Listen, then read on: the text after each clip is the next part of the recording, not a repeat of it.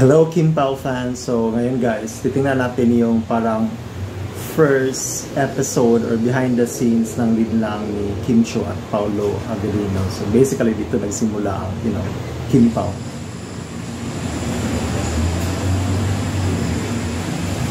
So parang mahiyaan pa. Ibinahagi ni Paolo Avellino ang behind-the-scenes na isa sa kanilang mga eksena ni Chinita Princess Kim Chiu sa kanilang serye na Linlang.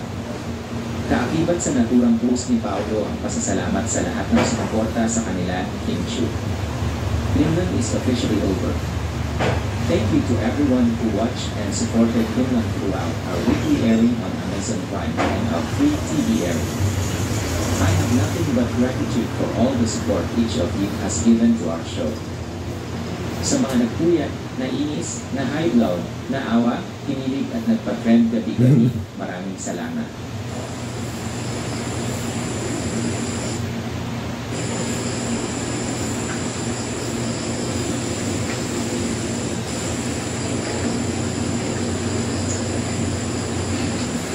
Ayun.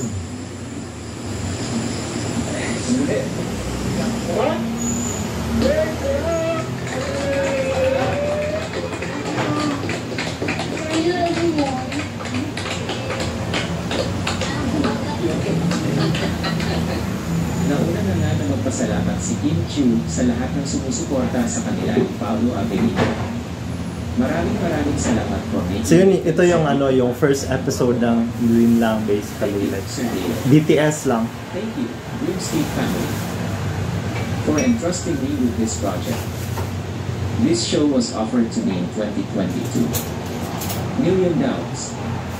I was scared of doing this role. Kaya ko ba? Ready na ba ako? Handa na kaya sila mapanood ako sa ganito?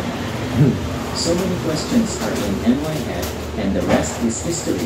We are now on our final episode. Kasi parang first time or first role ni Kim na parang, ganitong role. If I'm not mistaken. Like, mapuso.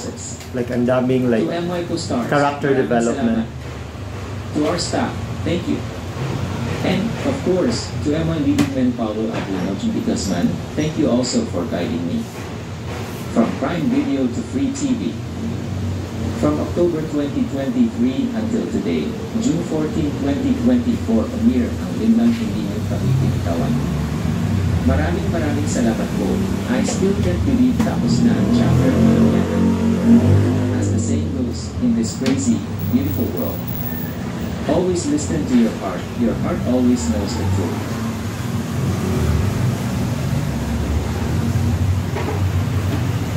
Hanap pa tayo ng iba. Meron pang marami pa dito.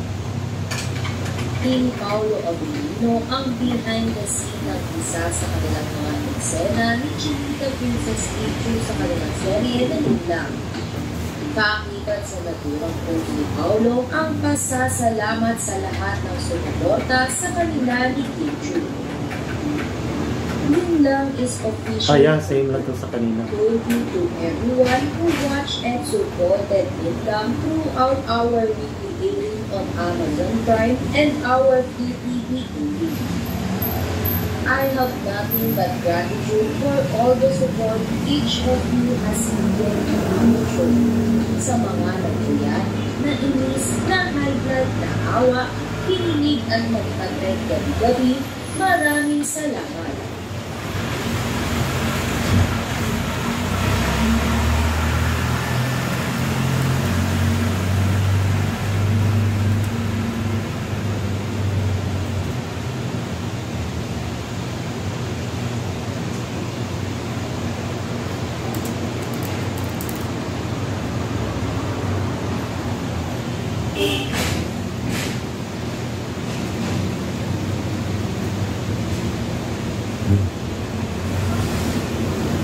Yun, mga latest updates. Parang 4 days ago.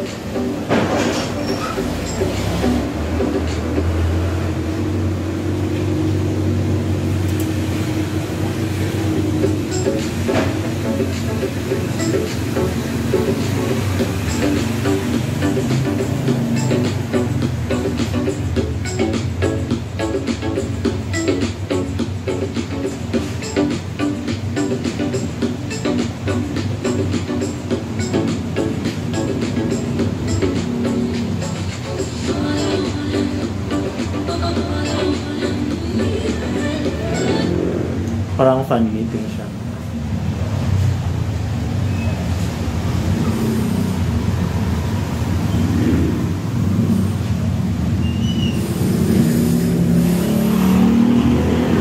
Yan, may bonus. Kim Pao may bagong blessings na natanggap mula kay Sir Carlo at Ma'am Cory. Buong detalye alamin.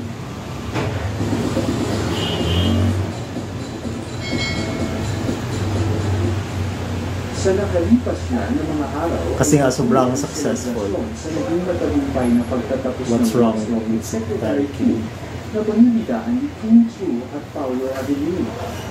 Isa sa mga bumati sa success ng dalawang personalidad ay ang CEO ng ABS-CBN Corporation na si Sir Carlo Katigbak at ang executive na si Ma'am Cory Lugones. Ayon sa kanilang dalawa, napakalaki naman ang naging kontribusyon ng tambalang Kim Pao para sa success ng naturang unit ng pelikula na mula pa sa Korea.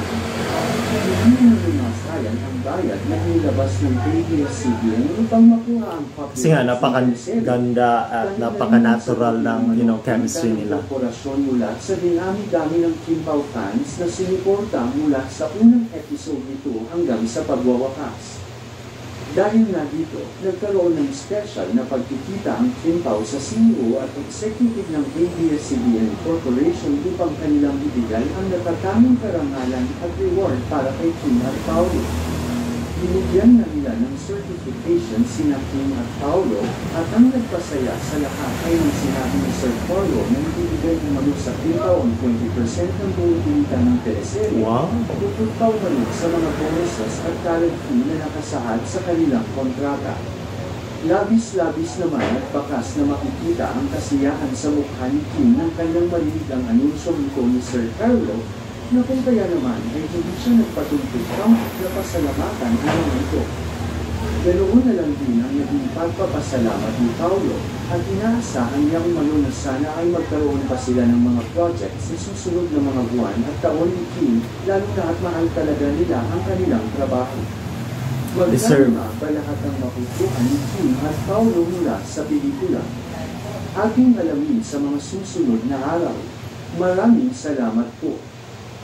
Sabi, may pabonus pa.